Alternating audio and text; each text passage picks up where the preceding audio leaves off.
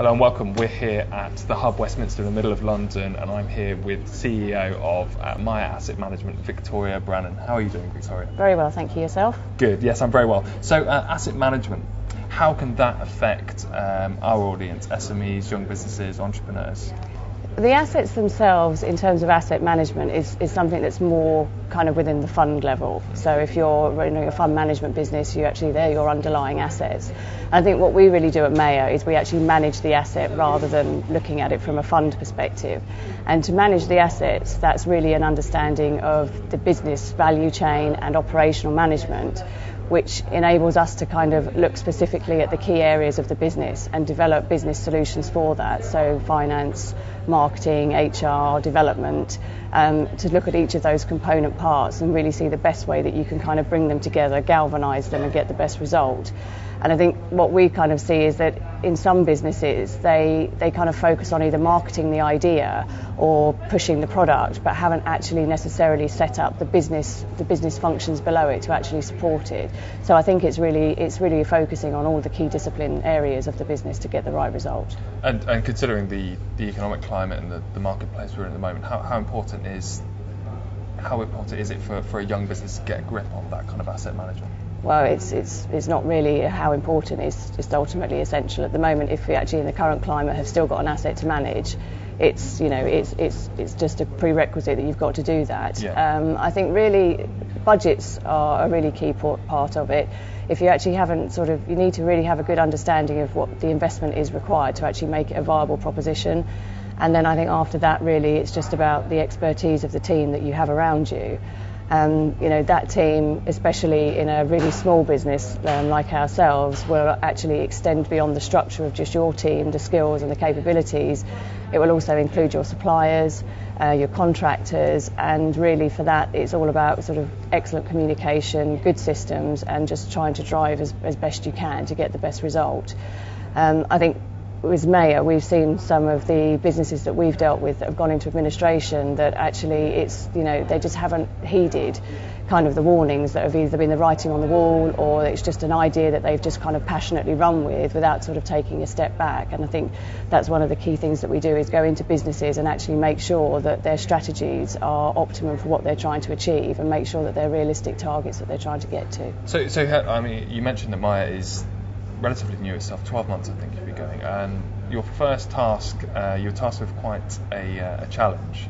Do you want to talk about that? It was Pontins that you were... Yeah, the key issue that had sort of arisen with Pontins was the fact that I think the assets had just changed hands many times over the last decade, and every time a new owner had acquired them, they hadn't ever put the investment in. And so really what you had over time was an asset base that was just being sweated and the infrastructure was declining. And as a result of that, the customer base was declining, the type of customer changed radically from what it had been in its heyday.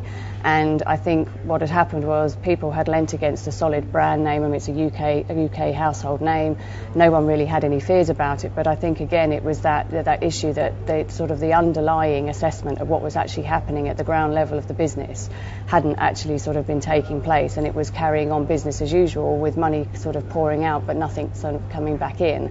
And when we went in to have a look, the key task for us was actually to go around and look at every key area of the business, so from the finance to the marketing to the sales to the operations to HR, and actually establish what were the key issues. And sort of things that we found were, like the organisational structure was a structure that had existed or would support the operations when they had 35 parks 35 years ago.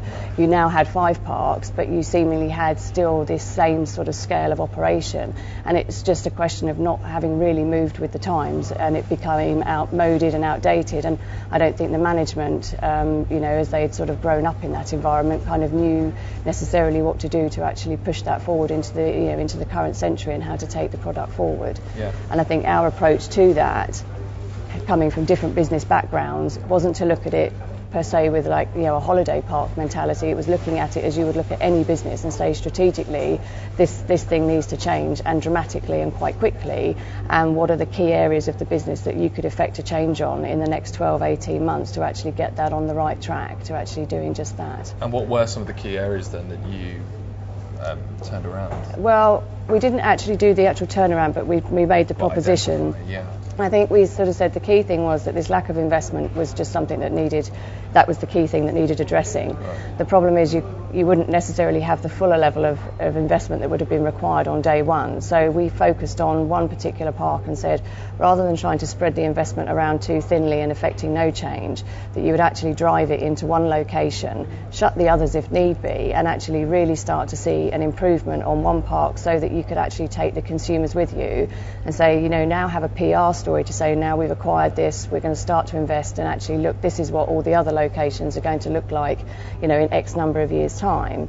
But also to address the operational side, so the fact that there was a huge infrastructure of people that actually could have been really reduced, taking functions that were being performed centrally at a head office level and at a local level, and actually consolidating that and looking at IT platforms. A lot of what was being done could have actually been done far more effectively with a better IT platform, and really a completely different approach to the marketing and the brand, and just trying to really take it up market, not sort of upmarket, sort of top brand, but to sort of take it back up to the market that it used to appeal to, which was the mass market, and really get customers driving back through the doors again. Well, it sounds like you really stripped it back, and it's kind of not applicable specifically to young businesses, obviously, because they don't have a great deal of assets and they have been going a long time and haven't failed to move with the times. So how would you, what piece of advice would you give to a small business owner to ensure that they don't fall into the same kind of pitfalls that Pontins eventually did?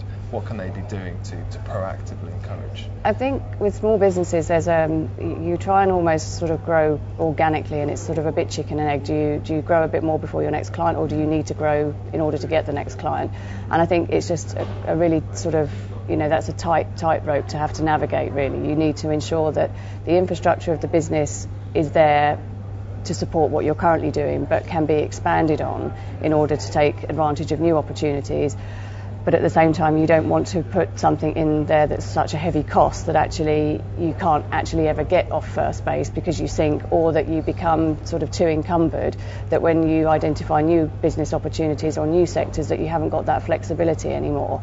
And as I say, it's maybe a bit of it seems like a bit of an art form, but actually that's really what you're looking at. It's the point where you can scale up or scale back and give yourself optimum flexibility. And that would make for a solid investment. What are the other telltales of signs for people looking to invest in a business? What makes for a solid investment, and how can you take advantage of that? I think what makes for a solid opportunity is one that's been rigorously analysed. I think you need to be really mindful of your source of data, and is the information that you're looking at based on sort of best endeavours. And in terms of investing in businesses now, there's lots of jargon that's used, EBITDA multipliers, and you kind of need to ensure that these aren't being bandied around, or yields aren't being bandied around as a way of actually sort of detracting from the underlying performance of the business, and to ensure that actually the gains that are that you're looking to achieve, or are being claimed to be achieved if it's an existing business, aren't ones that are just on paper, and that they're actually there, and that there's really is an opportunity to continue to drive the business further forward. We've sort of, as Mayor, have undertaken a number of appraisals for new investment, and I think you just can't really underestimate the fact that there's the real time and analysis that needs to take place. It's kind of very front loaded. I think if you spend a lot of good time, quality time, researching all the right areas of the business before you actually get into it, your job on the other side becomes a hell of a lot easier to manage. Absolutely. And even in the short period that Maya have been operating, you've seen a lot of businesses, you've been witness to a lot of businesses doing things badly and doing things well.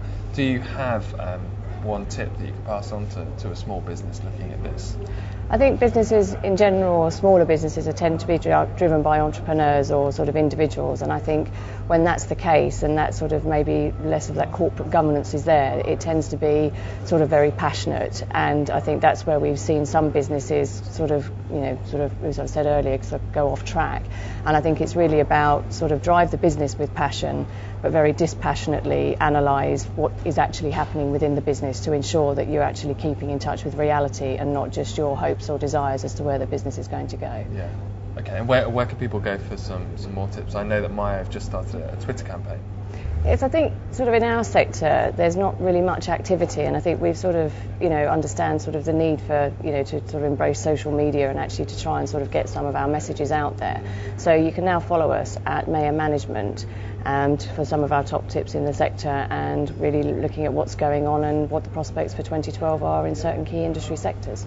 So as a small business, how can I identify what my key assets are in order to help me move forward? I think the key comes from understanding what your value proposition is, and you really need to understand what it is that your company is doing uniquely to others. And for example, if that's something like within Maya and it's very much a service, then that's really all about your people. So yes, you've got products that you may sell, yes, you've got sort of advice, but your people are actually what are the implementers of that. They're the actual delivery. So I would start with looking at what the key proposition of the business is, and then look at sort of almost in a priority what are the key areas of the business that are actually affecting that and delivering on it, because that is really where you want to concentrate, because that's where you're going to be able to get your growth and your drive for going forward in the future.